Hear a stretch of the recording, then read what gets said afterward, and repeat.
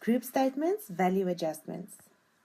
This presentation will focus on value adjustments affecting the consolidation process and specifically on depreciable property, plant and equipment. The influence of revaluations and fair value adjustments on the consolidation process. A parent obtains an interest in the net assets of a subsidiary. The cost of the investment will, amongst others, be based on the fair value of the identifiable net assets of the subsidiary at date of acquisition.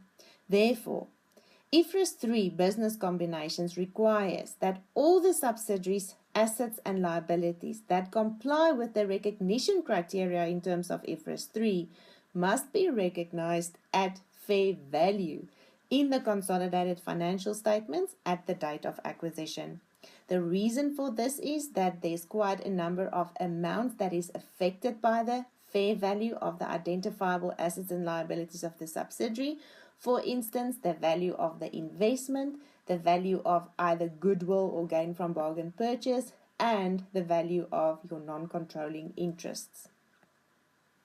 If the carrying amounts of the assets and liabilities of the subsidiary at date of acquisition are not equal to their fair values, the carrying amounts should be adjusted. These adjustments of the values can be recognized in the subsidiary's own accounting records. If this happens, there is usually no further or very limited adjustments required for consolidation purposes. However, the subsidiary can only make such adjustments if its own accounting policy allows for it. If the subsidiary does not recognize the necessary adjustments in its own accounting records, these adjustments will be done by way of consolidation journal entries. If the subsidiary does not recognize the necessary adjustment in its own accounting records, it will lead to differences between amounts recognized in the separate financial statements of the subsidiary and the amounts required for consolidation purposes. These differences need to be identified so that the necessary consolidation journal entries can be recognized. Remember, the totals and balances recognized in the separate financial statements of both the parent and the subsidiary represent your starting point for the consolidation process. After these totals and balances have been added together, it has to be adjusted for the effect of all your consolidation journal entries. These adjusted totals and balances will then represent your consolidated totals and balances. Let's have a look at an example. Example A. Acquisition date is 1 January X10. On this date, the identifiable assets and liabilities of S Limited, who's my subsidiary, were considered to be fairly valued in terms of IFRS 3 business combinations, except for the equipment. The carrying amount of the equipment in the trial balance of S on this date is 480,000. The fair value is, however, 520,000. The remaining useful life of the equipment on 1 January X10 acquisition date is 10 years. S accounts for this equipment in terms of the cost model of IAS 16 property, plant and equipment. Financial reporting date is 31 December and we want to see what the effect of this scenario would be if we consolidate at 31 December 20X13. First of all, S is on the cost model for the equipment. There's a difference in carrying amount and fair value at acquisition date. The equipment must be recognized at the 520,000 fair value in the group. S is on the cost model, so S will not be recognizing this value adjustment in the separate financial statements of S. Therefore, the value adjustment at acquisition date will only be recognized through a consolidation journal entry. The moment we have this situation where S has an asset that's carried at a different amount from what we want it to be in the group statements, we will have to write consolidation journal entries. The process to follow is to compare what's recognized in S to what we want to recognize in the group, identify differences, and then write consolidation journal entries for all differences identified. At acquisition date, 1 January 2010, the carrying amount of the equipment is 480 in S. For group purposes, we want it to be recognized at 520,000, which would then increase the net assets of the subsidiary at acquisition date. That identifies a difference of 40,000 at acquisition date, being the difference between 520 and 480,000. Because we consolidate at the end of X13, we need to identify all relevant differences since acquisition date until the date on which we consolidate. This is depreciable property, plant and equipment, therefore there's a depreciation charge every year. The depreciation in X10 in S's separate financial statements is 48,000. That is calculated as the 480,000 carrying amount over the 10 remaining useful life years.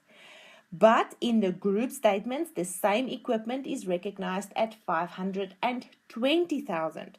Therefore, the depreciation reflected in the group has to be 52,000, which is the 520,000 over the 10 years remaining useful life. So my starting point is S's separate financial statements reflecting depreciation for 48,000. In the group, the depreciation has to be 52,000. So there's a 4,000 difference identified that requires a consolidation journal entry. The same applies to the X11 and X12 financial years. Every time S recorded depreciation of 48,000, where we want a depreciation charge of 52,000 in the group statements. Beginning of the year, 1 January X13, the carrying amount in S's separate financial statements is 336, where in the group it should be 364, with a difference of 28,000.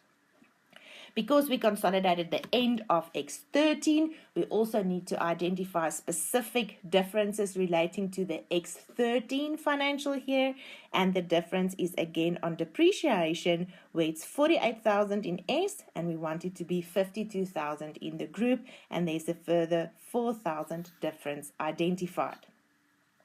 Now, to change what is recognized in S's separate financial statements to be what we want it to be in the group statement, we need to write consolidation journal entries.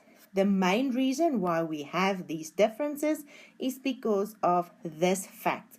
The fact that S did not account for this fair value adjustment, this revaluation in his separate financial statements.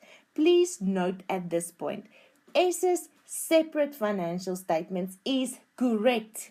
The equipment recognized at the 288,000 in S is correct. That is our starting point for group statement purposes. Therefore, we will adjust the 288,000 with consolidation journal entries so that it's reflected in the group statements at 312,000. Now, let's write the necessary required consolidation journal entries. First of all, we are now in X13, but because at acquisition the subsidiary did not account for the revaluation, the first item that you will always have to recognize is a credit revaluation surplus at acquisition for the 40,000. That is to ensure that the at acquisition equity of the subsidiary includes the 40,000, which makes it then available to eliminate in your at acquisition elimination journal entry. If you do not include this revaluation surplus at, it will lead to unnecessary goodwill in the group statements, which is incorrect. Now the question is, where do we take the debit what is the item in S that needs further adjustment. This example is where S accounts for it on the cost model. S did not sell the equipment. S did not revalue the equipment. So the item in S that needs further adjustment is the equipment. Therefore, the first debit entry goes to the equipment of S for the at acquisition 40,000 revalue adjustment. Now we look at the further differences identified.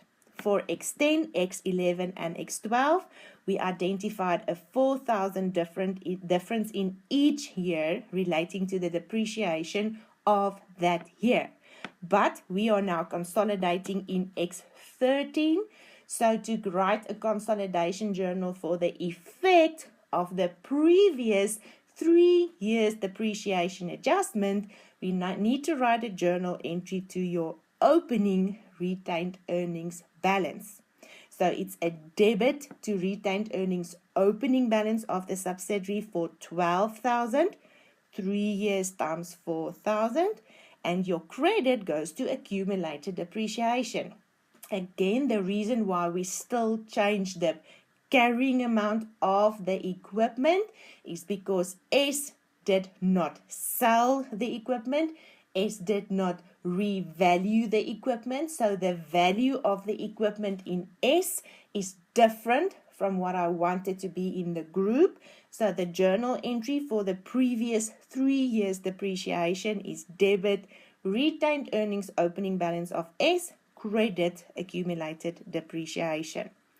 We have identified a further difference of 4,000 for the current year, X13. The consolidation journal entry is now a debit to depreciation in profit or loss of S and a credit to accumulated depreciation again. The effect of these consolidation journal entries would then be as follows. The 288,000 carrying amount in S's separate financial statements will be changed to be 312,000 in the group statements, and that's exactly what we want to achieve. It's the 288 is your starting point in S. You add to that the 40,000 at acquisition revaluation. You will deduct from that a further 3 years additional depreciation of 4,000 and the current year's additional depreciation of 4,000. So what was the work method that we followed? We identified the relevant balances in S relating to the equipment. We identified what we want these balances to be in the group statements. Where differences was identified, we wrote consolidation journal entries to change the necessary line items.